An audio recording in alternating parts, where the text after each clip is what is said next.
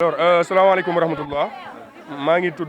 Je suis Baïdam Badiane, donc je suis étudiant en 7e année de médecine à l'université Cheikh Anta Diop de Dakar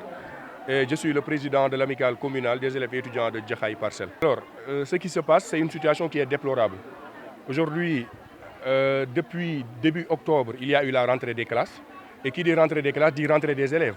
Donc tous les élèves dans tout le territoire national aujourd'hui sont en train de faire cours normalement, ou bien la majorité. Malheureusement, ce n'est pas le cas ici à Jaxaay parce que les élèves au niveau du lycée Plan Jaxaay sont en train de faire des va-et-vient, sont en train de toujours venir à l'école pour faire un seul cours ou bien ne pas faire cours, pendant que les autres élèves sont au niveau de leur 7e leçon, 8e leçon dans les différentes matières. Les élèves du lycée Jaxaay n'arrivent même pas à terminer leur première leçon. Donc ce qui est une situation très déplorable. Tey dañoo ñëw symboliquement génne élèves yi ne leen tey amul benn cours ndaxte dañoo taxaw kontaan ci mbiri ni muy demee te dañ koy ñaxtu joxe tamit benn message à l'opinion nationale et internationale ba pare wax ak presse bi pour presse bi jàllale suñu message mais suñ paree tamit amicale bi incha allah étant benn structure boo xam ne dafa responsable ba pare autonome surtout légitime dinañ toog waxtaan suñ biir waxtaan ci beneen plan d'action boo xam ne ce sera pas seulement ça parce que boobu incha allah dañuy passer à une étape donc supérieure. Parce que ay nit soo leen jëlee nga déplacer leen ci benn lieu nga jëlee leen ci benn bërëb yóbbu leen ci beneen bërëb voilà il faut nga accompagner leen pour bërëb bi nga leen yóbbu ñu nekk fa aussi dans de bonnes conditions wala minimum dans des conditions qui étaient similaires aux conditions donc ci première lieu bi quoi. Conditions yi noonu amul parce que booy xool ñaari bërëb yi déjà seen distance maanaam di leen séparer def na lu tolloog ci ñaari kilomètres wala lu ko ëpp. Donc boo imaginer benn élève boo xam ne dafa war a def cours 8h 10h midi ci ñaari bërëb yi maanaam imagine mu wàcc 10h war a def 10h cours fii nii ci bërëb bii nii mu war a dox 2 kilomètres ci naaj bu tàng bi ak chaleur bi mu war ko supporter pendant disons une année loolu c'est presque impossible que bu paree mu am ay résultats yu baax. Imaginer tamit ay classes yoo xam ne ay classes yu ndaw lañ yoo xam ne dafa war a contenir 10 wala 20 élèves mais classes yooyu noonu da ngay gis ne da ngay obligé.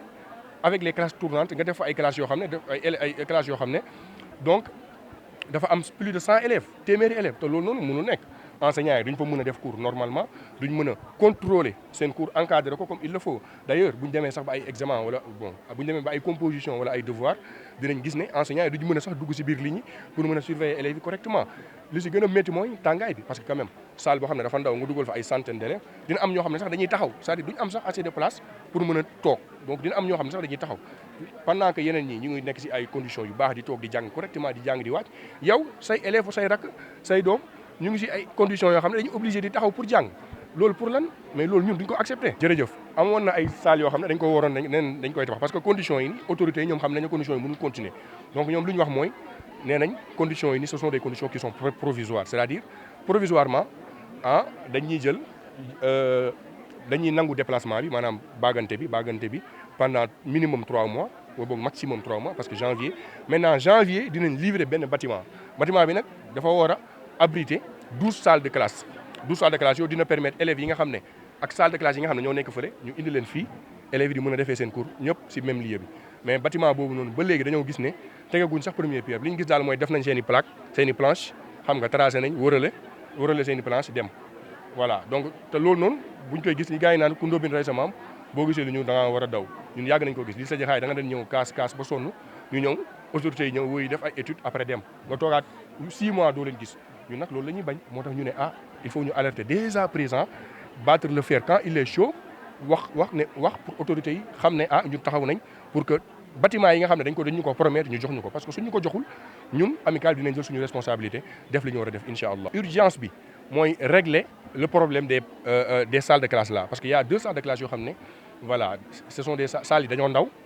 voilà c'est petit élèves yi mënuñ fa defee seen cours maintenant professeurs yi nag ñoom nee nañ il faut que ñu am ay solutions ci salle de classe yooyu sinon ñoom duñu mën a def seen cours te